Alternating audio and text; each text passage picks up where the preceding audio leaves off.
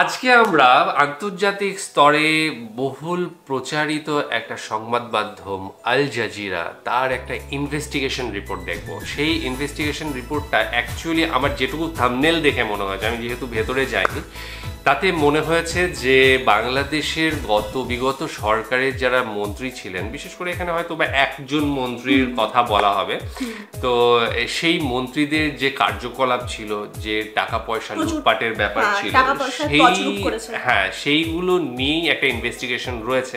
এবং এই ভিডিওটার জন্য কিন্তু প্রচুর সাজেশন এসেছে আমার কাছে, ঠিক আছে? তো সেই জন্য আমি নিয়ে আসতে বাধ্য, কারণ তোমরা আমার দর্শক এবং তোমরা এগুলো পছন্দ করো, সেগুলো নিয়ে আসতে আমরা বাধ্য। তো সেই জন্য আজকে আমরা এই ভিডিওটা নিয়ে এসেছি, যার শিরোনাম হচ্ছে দ্য মিনিস্টার্স মিলিয়ন্স। হ্যাঁ, the ministers millions. Al Jazeera channel থেকে দেখবো, ডেসক্রিপশন বক্সে লিঙ্ক দিয়ে রাখবো, সেখানে গিয়ে অরিজিনাল ভিডিওটা দেখো, সাথে সাথে চ্যানেলে লাইক শেয়ার সাবস্ক্রাইব করে দিও।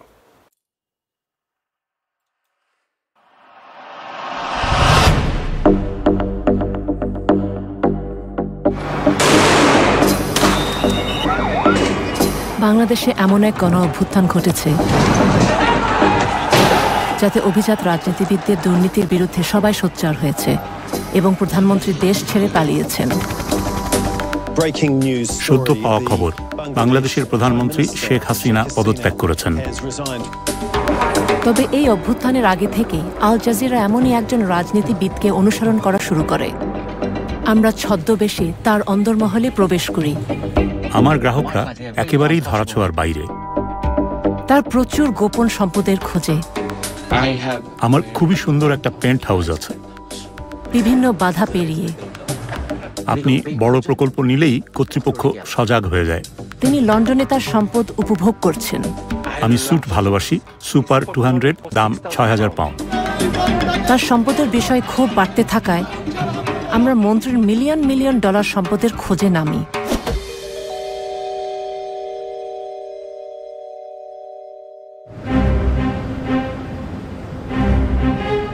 অভ্যুত্থানের অনেক আগে আল জাজিরার আই ইউনিট একটা তথ্য পেয়েছিল।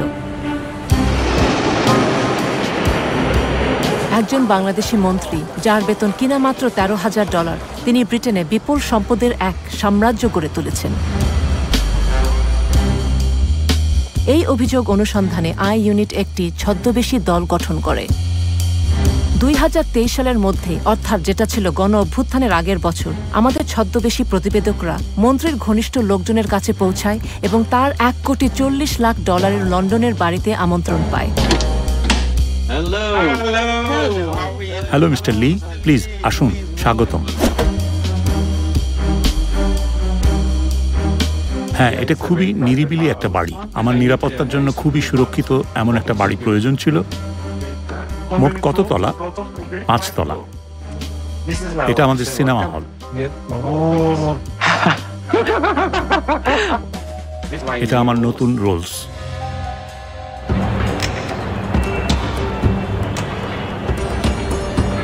চৌধুরী বন্দর শহর চট্টগ্রামের একটা প্রভাবশালী পরিবারের সদস্য। তিনি প্রধানমন্ত্রীর খুবই কাছের ও বিশ্বস্ত। 2014 সালে এমপি ও প্রতিমন্ত্রী হন এবং 2019-এ শেখ হাসিনা তাকে পদোন্নতি দিয়ে ভূমি মন্ত্রণালয় প্রধান করেন।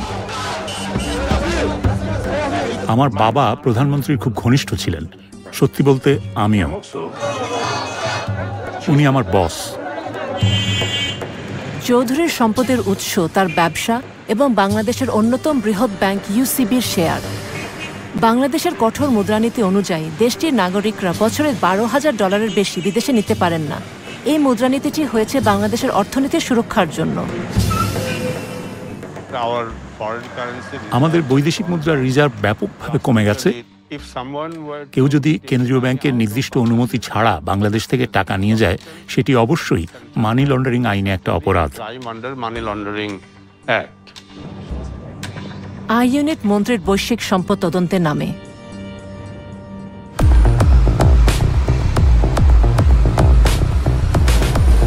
প্রথমে আই ইউনিট দেখার চেষ্টা করে মন্ত্রীর কি পরিমাণ সম্পত্তি ব্রিটেনে আছে। ফলাফল চমকে ওঠার মতো। চৌধুরী ডেভেলপারদের কাছ থেকে বাড়ি কেনার জন্য বেশ কিছু কোম্পানি তৈরি করেন। 2016 থেকে 2021 সালের মধ্যে তিনি যুক্তরাজ্যে 265টি বাড়ি কিনেছিলেন। তিনি প্রধানত বার্কলি গ্রুপের মতো শীর্ষ ডেভেলপারদের কাছ থেকে কিনেছেন। আপনাদের মন্ত্রীর ব্যবসা রয়েছে। হ্যাঁ, তিনি সম্পত্তির ব্যবসায় জড়িত। আবাসন সংকটের কারণে তিনি প্রচুর লাভ করেছেন। কিন্তু তার কেনাকাটা সেখানে থেমে থাকেনি। 2021 সালে চৌধুরী লন্ডনের এই বিলাসবহুল সম্পত্তি $1,60,00,000 কেনেন। চৌধুরীর বেশিরভাগ সম্পত্তি বাই টু লেট, যা তিনি লাভের জন্য ভাড়া দেন। এরপর 2022 সালে তিনি 89টি বাড়ি কিনলে মোট বাড়ির সংখ্যা দাঁড়ায় 360টি, যার বাজার মূল্য $25 কোটি। উনি একজন অত্যন্ত ধনী ও সুপরিচিত রাজনীতিবিদ। তিনি সরকারের মন্ত্রী এবং যুক্তরাজ্যের শত শত বাড়ি কিনেছেন। উনি সেই ব্যক্তি যিনি একটি অত্যন্ত দরিদ্র দেশের তথাকথিত নির্বাচিত গণতান্ত্রিক রাজনীতিবিদ। আন্তর্জাতিক দুর্নীতির সূচকে যে দেশটির অবস্থান অনেক উপরে, সেই বাংলাদেশের একজন বিশিষ্ট রাজনীতিক হিসাবে মিস্টার চৌধুরীর এস্টেট এজেন্ট, ব্যাংক, ঋণদাতা ও আইনজীবীদের কঠোর যাচাইয়ের মুখোমুখি হওয়ার কথা। উচ্চ পদস্থ রাজনীতিবিদ ও সরকারি কর্মকর্তাদের অ্যান্টি মানি লন্ডারিং আইনে উচ্চ দুর্নীতির ঝুঁকি হিসেবে বিবেচনা করা হয়ে থাকে। তাদের ধন সম্পদের উৎস চুরি হওয়া রাষ্ট্রীয় তহবিল অথবা সরকারি চুক্তি পাওয়ার জন্য প্রদত্ত ঘুষ হতে পারে। তাদের রাজনৈতিক ক্ষমতার অধিকারী ব্যক্তি পিইপি হিসেবে চিহ্নিত করা হয় এবং তাদের বাড়তি যাচাইয়ের প্রয়োজন হয়।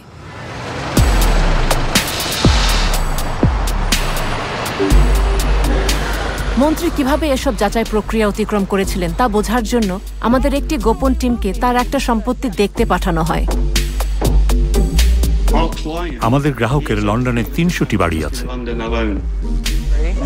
উনি লেটিং এজেন্সি মুভিং সিটির একজন বিক্রয় এজেন্ট। তিনি লন্ডনে আসেন, কয়েকটি বাড়ি কেনেন, তারপরে চলে যান। লকডাউনের সময় তিনি যুক্তরাজ্যে নতুন বাড়ি কেনার জন্য £20 কোটি ব্যয় করেন। আমরা পরীক্ষা করেছি যে চৌধুরী বাংলাদেশের বাইরে তার যে সম্পত্তি রয়েছে সেটি বাংলাদেশের ট্যাক্স কর্তৃপক্ষের কাছে এবং নির্বাচনী হলফনামায় ঘোষণা করেছেন কিনা। তিনি করেননি। একজন রাজনীতিবিদ, সংসদ সদস্য অথবা সংসদ সদস্য প্রার্থীকে তাদের বৈশ্বিক সম্পত্তির হিসাব দিতে হয়। তাদের আয় অথবা সম্পত্তি দেশ এবং দেশের বাইরে সবই উল্লেখ করতে হয়। সংবিধান স্পষ্টভাবে বলেছে, মন্ত্রীর বেতন এবং অন্যান্য ভাতার বাইরে তাদের অন্য কোনো আয়ের উৎস থাকতে পারবে না।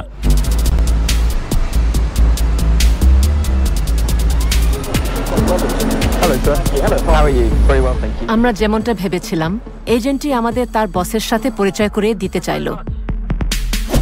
রিপন মাহমুদ একজন এস্টেট এজেন্ট, যিনি মন্ত্রীর নিজ শহর চট্টগ্রাম থেকে এসেছেন। তিনি সাইফুজ্জামান চৌধুরীর মতো ধনী গ্রাহকদের সাথে গোপনে কাজ করেন।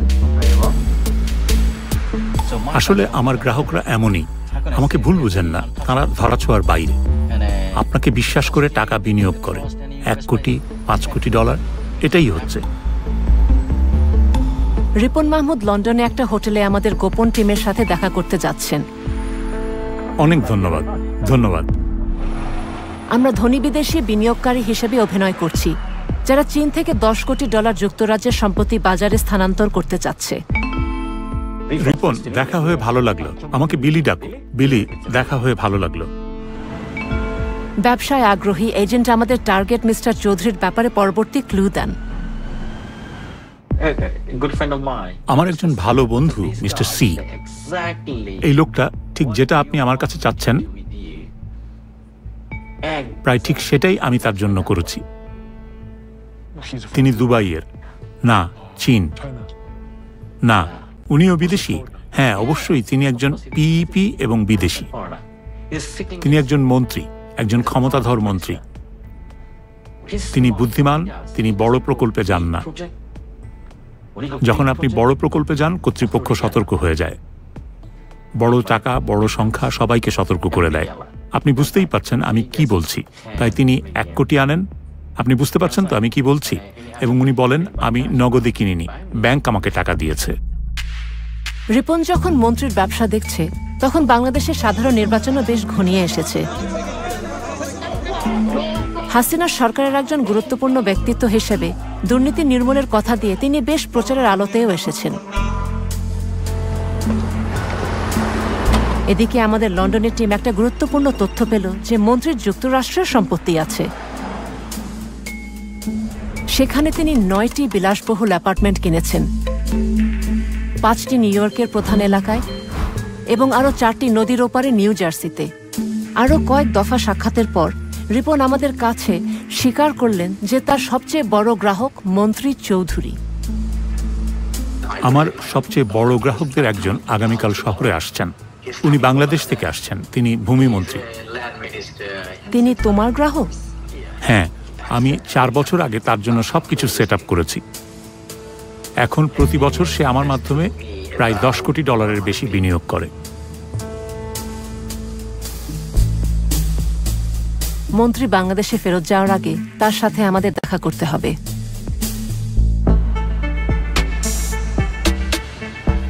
কিন্তু রিপন বলল যে প্রথমে আমাদের চৌধুরীর পরামর্শকদের সাথে দেখা করা উচিত।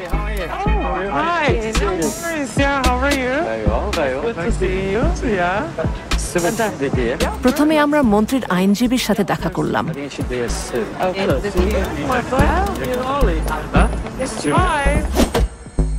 সুবীর দেশাই মেইফেয়ারের চার্লস ডাগলাস সলিসিটার্সের একজন পার্টনার। তিনি কোম্পানির মানি লন্ডারিং রিপোর্টিং অফিসার হিসাবেও কাজ করেন, যার দায়িত্ব হচ্ছে কোম্পানির আইন কানুন মেনে চলা নিশ্চিত করা। এখানে দেখা যাচ্ছে তিনি রিপন এবং মন্ত্রীকে নিয়ে রাতের খাবার খাচ্ছেন। 2021 সাল থেকে তার প্রতিষ্ঠান চৌধুরীর কোম্পানিগুলোর 100টিরও বেশি ঋণের আইনগত কাজগুলো করেছে, সম্পত্তির পুনঃ অর্থায়নের ব্যবস্থা করেছে।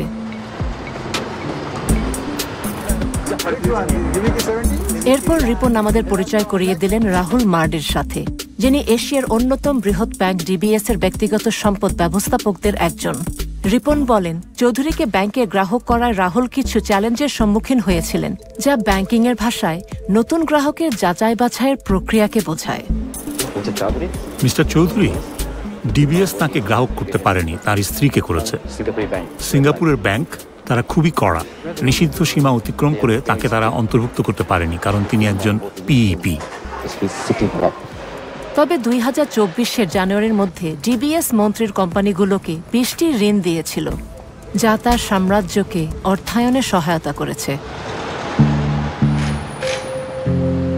অবশেষে রিপন আমাদের ছদ্মবেশী দলকে ব্রিজ ফাইন্যান্স ঋণদাতা মার্কেট ফাইন্যান্সিয়াল সলিউশনের সিইও পারেশ রাজার সাথে পরিচয় করিয়ে দিলেন। মেইফেয়ারের এই ঋণদাতা মন্ত্রীর জন্য শত শত ঋণের ব্যবস্থা করে দিয়েছেন। আসলে আপনি এখানে যা দেখছেন সেটা এক ধরনের সহায়তা নেটওয়ার্ক। স্পষ্টতই এই নেটওয়ার্ক ব্যবহার করে মন্ত্রী তার জাল ছড়িয়েছেন। রিপনের নেটওয়ার্কের মধ্যে সেই ডেভেলপাররাও রয়েছে যারা মিস্টার চৌধুরীর কাছে সম্পত্তি বিক্রি করেছে। চৌধুরী তার প্রায় 1/4 সম্পত্তি 80টিরও বেশি ব্রিটেনের শীর্ষ নির্মাতা বার্কলে হোমস থেকে কিনেছেন। আমরা রিপনের সাথে বার্কলের বিপণন অনুষ্ঠানে একজন নতুন ছদ্মবেশী রিপোর্টার পাঠাই, এটা জানতে যে কিভাবে মন্ত্রীর মতো পিইপিরা বার্কলের মাধ্যমে এত সম্পদ কিনে থাকেন। আমি বার্কলের সাথে খুব ঘনিষ্ঠভাবে কাজ করি। আমি চেয়ারম্যান, ম্যানেজিং ডিরেক্টর সবার সাথে পরিচিত, কারণ বার্কলে গ্রুপের সাথে আমি অনেক লেনদেন করি। বার্কলে জানে আমি বেশিরভাগ পিইপিকে বার্কলেতে নিয়ে গিয়েছি। তারা জানে আমি কিভাবে কাজ করি। যদি আপনি তাদের কাছে যান, তারা বলবে উনি একজন পিইপি, সুতরাং আমরা এটা করতে পারবো না। কিন্তু আমার মাধ্যমে গেলে আমি তাদেরকে এমনভাবে উপস্থাপন করি যে তারা না করতে পারেন না। আমাদের ছদ্ম পরিচয়ের আলোচনায় মন্ত্রী সম্পর্কে আরও একটি তথ্য মেলে। আমি বেশ কিছু পিইপির সাথে কাজ করি। তাদের একজন মন্ত্রী এশিয়ার, তার 300-রও বেশি বাড়ি আছে এবং আমি দুবাইতে এগুলো তার জন্য কিনেছি।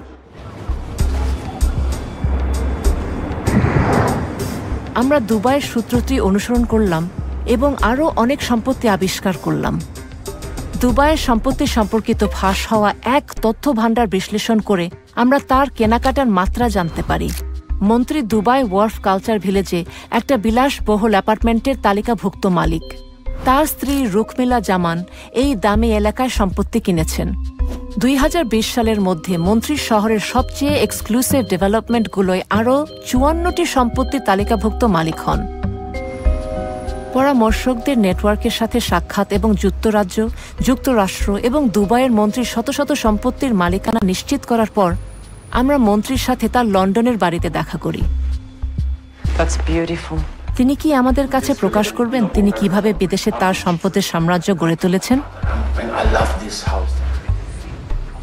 মিস্টার সি সম্পত্তিতে বিশ্বাস করেন, সেটাই তার ব্যবসা।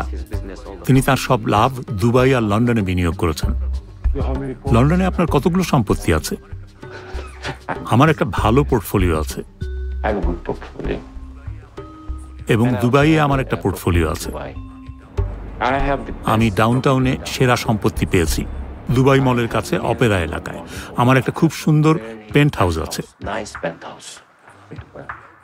কিন্তু আমি একটা ভিলাও কিনেছি যার একটা ব্যক্তিগত উপর হ্রদ আছে, সব কিছু আছে। এটা খুব সুন্দর।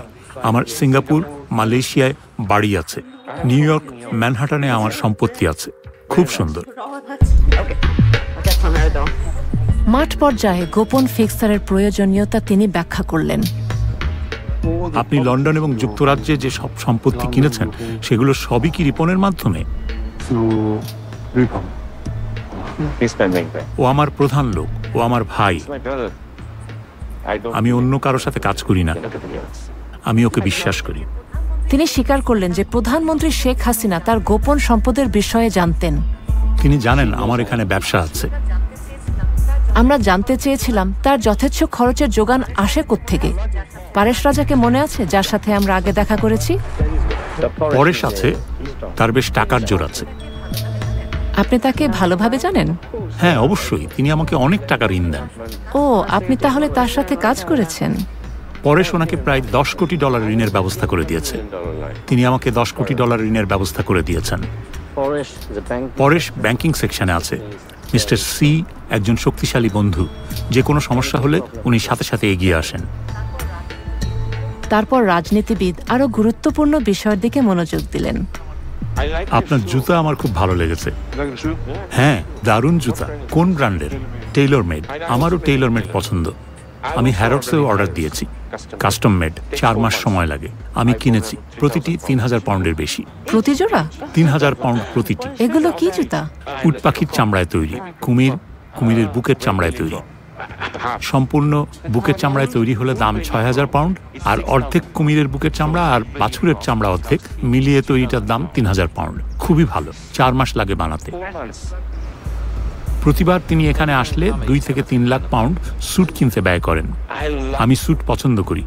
সুপার 200, সুপার 180, সুপার 200-এর দাম 6000 পাউন্ড। ক্যানালি বন্ড স্ট্রিটে আমি শুধু যাই এবং কিনি, তারাই বাসায় পৌঁছে দেয়। স্যুট, জুতো, রোলস রয়েস, বাড়ি। কিন্তু এত সব কেনার টাকা কিভাবে এখানে লন্ডনে আসলো? মনে আছে তো, বাংলাদেশ থেকে বছরে কেবল $12,000 বিদেশে নেওয়া যায়। আমরা শেষ পর্যন্ত সবচেয়ে স্পর্শকাতর বিষয়ে উপনীত হলাম, বাংলাদেশের কঠোর মুদ্রানীতি। মন্ত্রী সাহেব, আপনি এখানে কিভাবে টাকা বিনিয়োগ করলেন? বাংলাদেশ থেকে কিভাবে টাকা এখানে আনলেন? আমার দুবাইয়ে একটা ব্যবসা আছে। আমি দুবাইয়ে একটা রিয়েল এস্টেটে কেনা বেচার ব্যবসা করি, তাই আমি দুবাই থেকে এখানে টাকা আনি এবং তারপর এখান থেকে একটা ঋণ নেই। কিন্তু টাকা কিভাবে দুবাইতে এলো সেটার ব্যাখ্যা করেছে রিপন। কিন্তু তার দুবাইয়ের ওই কোম্পানিগুলোকে তিনি ব্যবহার করেন তার বাংলাদেশি কোম্পানিগুলোর সাথে লেনদেনে। হ্যাঁ, ট্রেডিং ও অন্যান্য সব কাজ। বাংলাদেশের আর্থিক কর্তৃপক্ষের বোধহয় এ বিষয়ে পর্যালোচনা করা উচিত। যখন আমরা আমাদের বানানো গল্পটা বললাম যে আমাদের চীন থেকে $10 কোটি স্থানান্তর করতে হবে, তখন মন্ত্রী আমাদেরকে একটা দারুণ লোভনীয় প্রস্তাব দিলেন। দুবাইয়ে আমার একজন আছেন, আমি তাকে জিজ্ঞেস করতে পারি তিনি চীনে টাকা নিয়ে দুবাইতে দিতে পারবেন কিনা। এবং তিনি আন্ডারগ্রাউন্ড অবৈধ ব্যাংকিং সম্পর্কেও জ্ঞান রাখেন। দুবাইয়ে আমার যে লোক আছে সে আপনাকে টাকা দিতে পারবে। আমার তাকে জিজ্ঞেস করতে হবে কত টাকা। আপনি $10 কোটি ব্যবস্থা করেন, এটা কোনো ব্যাপারই না। নগদ সে আপনাকে দুবাইতে দিতে পারবে। আমি যদি তাকে বলি, দেখেন দুবাইতে আমি আপনাকে $10 কোটি দেব, আপনার প্রতি আমার পরামর্শ হবে ধীরে ধীরে টাকা চীন থেকে বের করা, আস্তে আস্তে বিভিন্ন চ্যানেলের মাধ্যমে,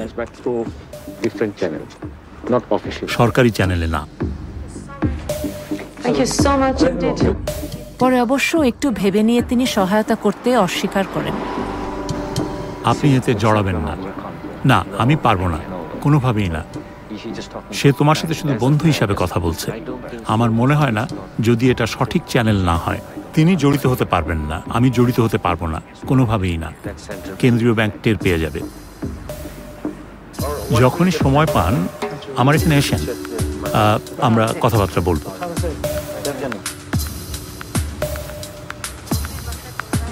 মন্ত্রীর বাসায় পুনরায় যাওয়ার নিমন্ত্রণ সহ আমরা বের হলাম, এবং যখন আমরা ফিরতে যাচ্ছিলাম, ক্যাবের ভিতর রিপন মন্ত্রীর বৈশ্বিক সম্পদের প্রকৃত মূল্য জানালো। আমি তার হয়ে সবকিছু পরিচালনা করি, সবকিছু সামলাই। আসলে তার নিউ ইয়র্ক আর সান ফ্রান্সিসকোতে $2 কোটি স্টক আছে, কিন্তু দুবাইয়ে তার $19.5 কোটি আছে। এই $19.5 কোটি তিনি দুবাইয়ের রিয়েল এস্টেটে বিনিয়োগ করেছেন। লন্ডনে তার $30 কোটি আছে। আমাদের তথ্য কাজে লেগেছে। আমরা মন্ত্রীর সম্পদের প্রকৃত মূল্য বের করতে পেরেছি, যা প্রায় $70 কোটি। কিন্তু একটা চূড়ান্ত চমক তখনও বাকি ছিল। সর্বশেষ কোম্পানি হিসাবে দেখা গেছে যে চৌধুরী তার নিজের কোম্পানিগুলো থেকে নিজে £4.70 কোটি বা $6.20 কোটি ঋণ নিয়েছেন। কিন্তু এসবের কিছুই চৌধুরী বাংলাদেশের আয়কর কর্তৃপক্ষের কাছে প্রকাশ করেননি। একজন আইনজীবীর মতে বিষয়টি তাকে ব্রিটেনেও সমস্যায় ফেলতে পারে।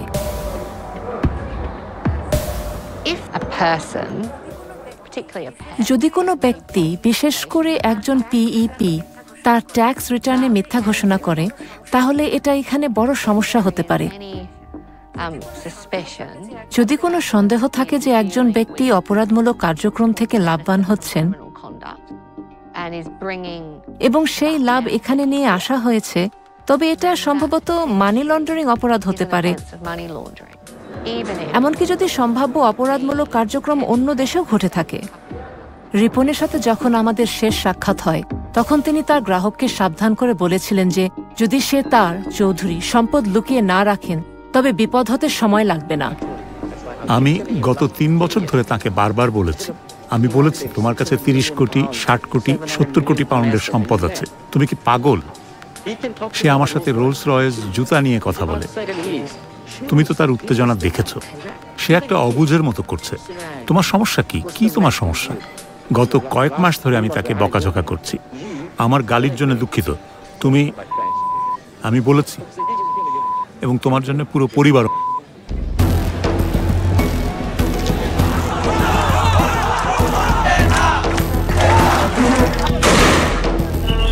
বাংলাদেশ যখন বিক্ষোভে ফেটে পড়েছে, তখন জনগণ জানতে চায় তাদের দেশের লুটের সম্পদ কোথায় গেছে। দেশটির প্রধানমন্ত্রী পালিয়ে গেছেন, তার সরকারে পতন হয়েছে, সরকার ঘনিষ্ঠরা পালাতে গিয়ে আটক হচ্ছেন।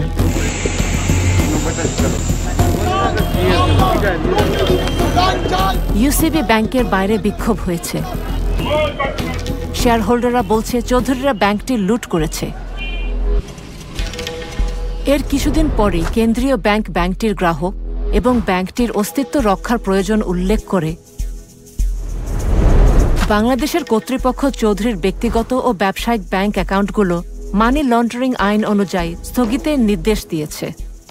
দুর্নীতি বিরোধী নজরদারি সংস্থাগুলো বলছে চৌধুরীদের এসব কাজে সতর্কধ্বনি বাজছে। এটা সত্যি যুক্তরাজ্যের জন্য একটা সতর্ক সংকেত হওয়া উচিত। আমাদের যে ফাঁকফোকরগুলো রয়েছে, আমাদের বিধিমালার দুর্বলতা, এবং যদি আমরা লন্ডনকে দুর্নীতিগ্রস্ত এলিটদের কেন্দ্রে পরিণত হওয়া বন্ধে সত্যি সিরিয়াস হই, তাহলে আমাদের আরও শক্তিশালী বিধিমালা এবং তার কার্যকর প্রয়োগ থাকতে হবে। এবং পশ্চিমা দেশগুলোকে অর্থ পাচার রোধে আরও শক্ত ভূমিকা নিতে হবে।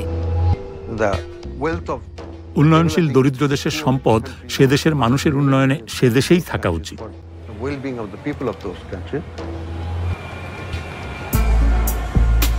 চৌধুরীর বর্তমান অবস্থা অজানা, তার ভবিষ্যৎ অনিশ্চিত, কিন্তু আই ইউনিটের হাতে একটি সাম্প্রতিক কল রেকর্ড এসেছে।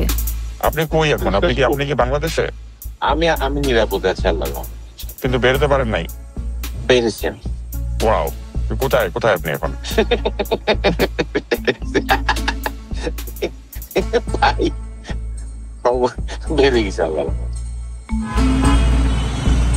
বাংলাদেশ চৌধুরীর অবৈধভাবে কোটি কোটি ডলারের সম্পদ আহরণের ঘটনাটি তদন্ত করছে Charles Douglas Solicitors LLP, Market Financial Solutions, Paresh Raja DBS Bank, Barclay Group, Moving City Estate Agent Ripon Mahmud বলেছে যে তারা পিইপিদের জন্য বর্ধিত প্রয়োজনীয় ব্যবস্থাদি সহ আইন দ্বারা প্রয়োজনীয় সমস্ত অর্থ পাচারি রোধে যাচাই পরিচালনা করেছে। পরামর্শকেরা বলছেন যে বাংলাদেশের সাম্প্রতিক ঘটনাগুলি ঐতিহাসিক AML বা KYC যাচাইকারী কারো কাছে তথ্য ছিল না। তারা বলেছে যুক্তরাজ্য, যুক্তরাষ্ট্র এবং সংযুক্ত আরব আমিরাতের সম্পত্তি কেনার জন্য ব্যবহৃত তহবিল বাংলাদেশের বাইরে তার দীর্ঘদিনের বৈধ ব্যবসা থেকে আসে। রিপন মাহমুদ এবং মুভিং সিটি এস্টেট এজেন্টরা বার্কলে গ্রুপে ফেপস পরিচয় করিয়ে দেওয়ার বিষয়টি অস্বীকার করেছেন। মিস্টার চৌধুরী বলেছেন যে তিনি বাংলাদেশের সকল কর আইন মেনে চলেন এবং তার ব্যবসায়িক লেনদেন বৈধ। যুক্তরাজ্য, যুক্তরাষ্ট্র এবং সংযুক্ত আরব আমিরাতের সম্পত্তি কেনার জন্য ব্যবহৃত তহবিল বাংলাদেশের বাইরে তার বৈধ দীর্ঘস্থায়ী ব্যবসা থেকে এসেছে। তিনি বলেন তার বিরুদ্ধে তদন্ত রাজনৈতিক উদ্দেশ্য প্রণোদিত। ভিডিওটা দেখার পরে সত্যি বলছি মানে কি বলবো এখন বুঝতে পারছি না, হাসবো না কাঁদবো সেই রকম অবস্থা। আমরা ভিডিওতে হেসে হচ্ছি, দেখতে পেয়েছো, মানে যখন ওই ভদ্রলোক আর কি যখন বলছিলেন যে কুমিরের চামড়া জুতো আরো অনেক কিছু আছে, বিশ্লেষণ করছে যে কখন হচ্ছে একটু কম দামে পাওয়া যাবে, কখন আবার বেশি দামে পাওয়া যাবে, কি কুমিরের চামড়া পেটের চামড়া দিয়ে তৈরি হলে নরম হয়, এই হয় ওই হয়। তারপরে ব্র্যান্ডগুলোর দামগুলো শুধু শোনাচ্ছিল যেগুলো হয় আর কি শো অফ করা, এমনিতে একটু হাই স্ট্যাটাসে গেলেই এইগুলো হয়, আমার এইটাই, আমার এই ঘড়ি, এই আমার কত সম্পত্তি বানিয়েছে। হ্যাঁ 265টা হচ্ছে ওখানে, বাড়ি হচ্ছে 265টা এবং সাথে সাথে 2016 থেকে 2021 এর মধ্যে হচ্ছে 265টা সম্পত্তি তৈরি করেছে। আবার 2022 সালে হচ্ছে আবার 89টা মতো সম্পত্তি তৈরি করেছে একদম লন্ডনে এবং এর পরেও শুধু ইউএসএ আছে, দুবাইতে, মানে 3 জায়গায় ওনার সম্পত্তি বাড়ছে আর কি। মানুষের সম্পত্তি সব শেষ হয়ে যাচ্ছে। বাংলাদেশে টাকা বছরে বোধহয় $12,000 বেশি নিয়ে যাওয়া সম্ভব না, মানে নিয়ম নেই এবং সেই আইনের ভাগ বলে এইগুলো হচ্ছে। মানে আমরা আগাগোড়া শুনতাম যে এরকম নেতা মন্ত্রীরা করে, আর এই জিনিসটা আমি বেশিরভাগ দেখেছি। আমি ইন্ডিয়ান যে সমস্ত পলিটিশিয়ানরা রয়েছে, আমি এদের ক্ষেত্রে দেখি যে বাইরে থাকলেও এই পরিমাণ এতটা আমি দেখিনি। আজকে আমি বলতে বাধ্য হচ্ছি যে পরিমাণ সম্পত্তি এখানে দেখলাম, একমাত্র এতদিন জানতাম যে মানে পাকিস্তানে যে সেনা থাকে, সেনাদের প্রধান বা যারা ক্ষমতায় আসে তারাই কেবল প্রচুর পরিমাণ সম্পদ নিয়ে গিয়ে সেখানে মানে বিভিন্ন বিশেষ করে যুক্তরাজ্যে তাদের সম্পত্তি কিনছে, সেখানে ব্যবসা করছে। প্রচুর রয়েছে যারা কমান্ডার রয়েছে, যারা জেনারেল ছিল পাকিস্তানের, তারা কিন্তু কেউ আজকে দেশে নেই, তারা কিন্তু সবাই বাইরে চলে গিয়েছে এবং প্রচুর সম্পত্তি করেছে। সাথে সাথে যারা নেতারা রয়েছেন, বিশেষ করে প্রধানমন্ত্রী বা এইগুলো রয়েছে। কিন্তু একটা জিনিস কি, ভারতের দিক থেকে আমি বলবো, ভারতে কিন্তু এই জিনিসটা নেই যে কোনো সেনা প্রধান প্রচুর টাকা নিয়ে পালিয়ে গিয়েছে এবং সেখানে গিয়ে থেকেছে। আমরা যখনই দেখি যে একজন সেনাপ্রধান তিনি কিন্তু একটা সাধারণ মানুষের মতোই লাইফ লিড করেন। বিভিন্ন আমরা যতগুলো দেখেছি, আমি যতজনকে দেখেছি এতদিন পর্যন্ত, তাদের কিন্তু এই রকম পরিমাণ সম্পদ কারণ নেই। তারা যেটুকু সরকার থেকে প্রাপ্য তারা পান এবং মানে খুব সম্মানের সাথে তাদের যে মানে বাদবাকি জীবনটা সেটা কিন্তু কাটান। এবং এইখানে আমি যেটা দেখছি যে, এবং মন্ত্রীদের ক্ষেত্রে আমি বলবো হ্যাঁ, ইন্ডিয়ায় থেকে তারা প্রচুর টাকা পয়সা মেরেছে বা এরকম করেছে আছে, কিন্তু তারা কিন্তু কেউ পালিয়ে যায়নি, এই জিনিসটা আমি এটা বলতে পারি। বাকি যে ব্যাপারটা দেখলাম যে এটা 2023-এ ইনভেস্টিগেশন, হ্যাঁ 24-এর নয়, কিন্তু 23-এর ইনভেস্টিগেশনটা হয়েছে আল জাজিরার তরফ থেকে। এবং রিপন মিডলম্যান ছিল, রিপন মানে হ্যাঁ ম্যানেজমেন্টের কিনতে সাহায্য সমস্ত, এবং সে তাকে ভাই বলা হচ্ছে, ভাই বলছে, এবং সেই কিন্তু আবার আসলে বলবে মানে যেহেতু একজন মানে ভালো বড় মাপের কোনো ইনভেস্টর মনে করেছে, ঠিক আছে, সেই জন্য তাদের কাছে তো একটু দেখাতেই হবে, বড় ব্যাপারটা দেখাতে হবে, কিভাবে কি হচ্ছে না হচ্ছে। তো ইনভেস্টিগেশন এইভাবেই হয় সাধারণত।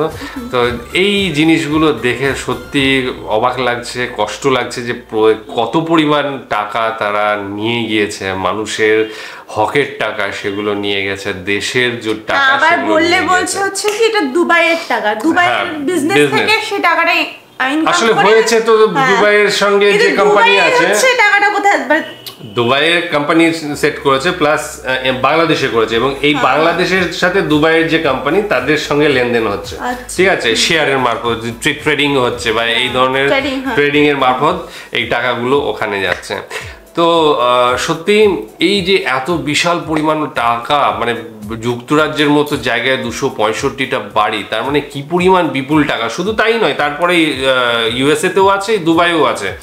তো একটা মানুষের কত টাকা থাকা দরকার, একটা সাধারণ মানুষের ক্ষেত্রে এটা সত্যি চোখ ছানা বড়া হয়ে যাওয়ার কথা। আমরা দেখছি, মানে ভাবতেও পারবো না, অত সম্পত্তির কথা ভাবাও আমাদের পক্ষে কঠিন একজন সাধারণ মানুষ হিসেবে।